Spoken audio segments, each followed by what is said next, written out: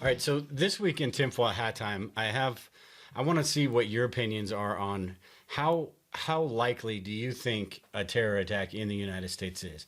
We hear all the time about this person's got this information, or this person's got, or this person doesn't have this information. We hear from the POTUS that ISIS is a JV team, all that stuff. So I want your opinion. How do you read into all that and figure out how alert we should be? I think you should take every threat as real. And I think with the way that these people are behaving now, I think it's inevitable that it's going to happen eventually. Don't you think? And that's kind of what I feel about the whole thing, is that I don't care how big the threat is. When it's called the JV team, quote unquote, it's still a threat. Right. All it takes, these people can't, they can't come to the United States and start taking over territory. No. Like they can in the Middle East. But they know that. So what do? They try to get these small strikes. It takes, 4 or 5 people, even 2 people, to wreak havoc, to make us panic. So it's not like, all these Syrian refugees coming in. Oh, it's not a big deal. The president says it's women and children. You're so afraid of women and children.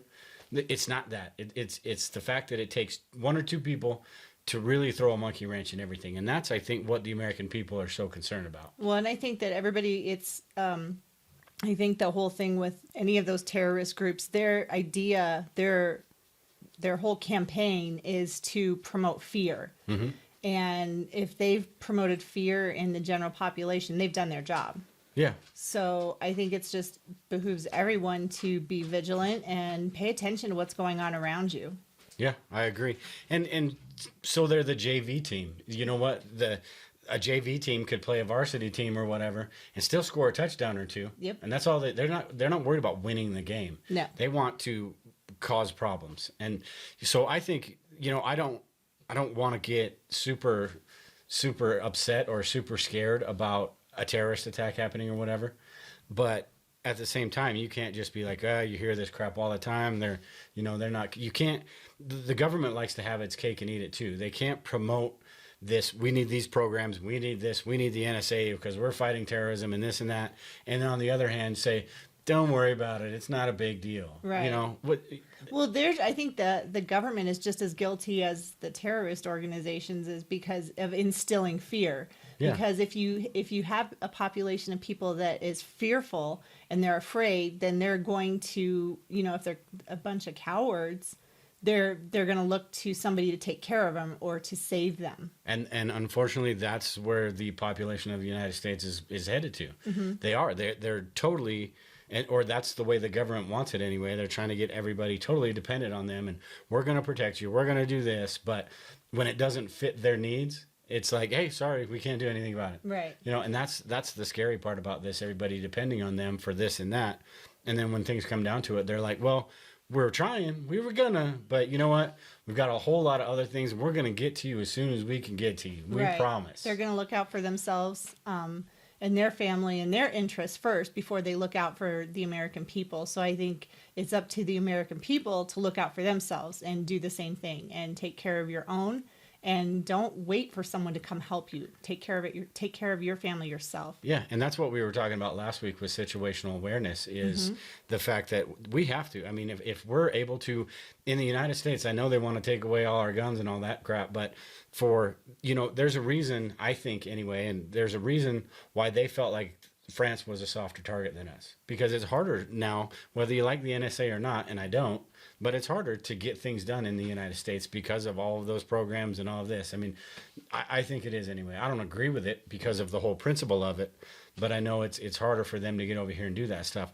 Plus the fact that we all defend ourselves, so we're not a soft target. No, I they think don't that's know the bigger, who's carrying and who's not. Right, and I think that's the bigger problem in their eyes, not so much the NSA and all that, because the NSA, in my opinion, they're not looking out for the terrorists. They're listening to our conversations, and it's like, why are you paying attention to us? Yeah, that's been proven that they look at stuff that has nothing to do with that. Right. Yeah. So I don't think the terrorists necessarily, are worried about the NSA and that it's harder to get here. I think they're more worried I think that we are a harder target, and there are people that are armed, and there are people that are willing to defend themselves or their community, and I think that's what they're having to struggle with. Yeah, not every person that owns a gun is a bad guy. No. And that's, unfortunately, like you saw something on Facebook the other day with, what was it with there was a cartoon, and the dad like had a little bubble above his head, and he was saying, I'm kind of worried about these Syrian refugees. And then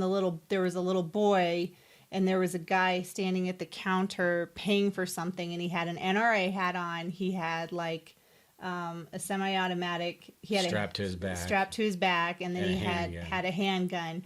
And the little boy's looking at that, and I'm like going, really? So you guys are, saying this is the bad guy? This is the guy you have to watch out for? Yeah. Well, and I think that the only thing I didn't like about the picture was you don't go walking around open carrying an AK-40 or a AR-15. AR-15, what it was. I mean, yes, it's illegal, and yes, you can, but should you? No, because that's just going to promote the fear in everybody, and that's just going to put a target on the NRA's back.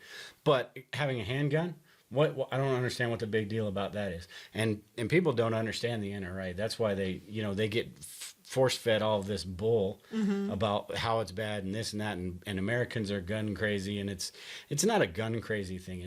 We want to protect ourselves. That's the way we were born and raised. That's the way this country was founded. We want to be able to protect ourselves, and that's it. And that can be from the government or from somebody else. Yep. And we don't want to wait for someone to come help us. We'll take care of ourselves. We don't need their help. Yep. So, terrorists coming to this country, while they might be successful and because they are going to go after the weak targets, that's just what they do. But they're going to have a harder time doing it here in the United States. And if they happen to be in the wrong place at the wrong time, I would love to see something like that. A terrorist attack foiled by somebody that was open carry. That would be pretty cool. How do you think that would make the news? No. It'd get spun if it did. Yeah. Some radical I don't know, Bible thumping person. Yeah, they'd probably arrest the dude with the open carry too. Yeah, and they said, he was on an antidepressant 23 years ago. That means that he's not a good person. Yeah, he just got lucky, but anyway, that's it for today. So I think, unless you got anything else? Well, the only thing I did want to add is I did see, and this kind of goes under tinfoil hat time on Facebook, that I thought was pretty interesting, where and I don't know if it's true, I don't know if it's just somebody pushing stuff on Facebook, but I think it makes me be more aware, and hopefully other people be more aware, that in the last 30 days online through like eBay, people have spent like $32,000 on UPS uniforms. Yeah, that's strange. Yeah, and that, this is the holiday time. This is when people are getting lots of packages and stuff. And they were saying that, be on the lookout or be aware. Why would you need a uniform? Well, what if you were going to drop off something at someone's house? Yeah. Or well, that's what I'm building. saying. Yeah. For a good reason, why would you need a uniform? It's not Halloween. Right. But those are things to think about. And it also said that the UPS, the company, they only use UPS trucks or UPS vehicles to make package deliveries. So if you see somebody walking up to your house with a UPS uniform on and they don't have a badge or anything and they're getting out of their little VW bug, probably a good indicator it's not really a UPS person, and you might want to alert somebody. Yeah, but with that being said, FedEx did come to our house the other day. We live kind of in the boonies, and there's a bunch of snow on the ground, and he needed his 4-wheel drive. So, yeah, what you want to do is be aware, but you don't want to be so freaked out. Don't be paranoid and scared, basically, but be aware. I'm still going to pay attention. What's going on. Oh yeah, I will now too. I didn't even think about it that day, but now that I heard that from you, it's like, huh. But again, you don't want to be so afraid that you're telling them, get out of my driveway, I don't even want that package. Yeah, and or calling a bomb squad because he's dropping off something from Amazon. Well, if Amazon would just use their drones, we wouldn't have to worry about it. That's true. Right? That's true. But anyway, I appreciate everybody listening this week. Until next time, take care and prepare. We'll talk to you later. Goodbye.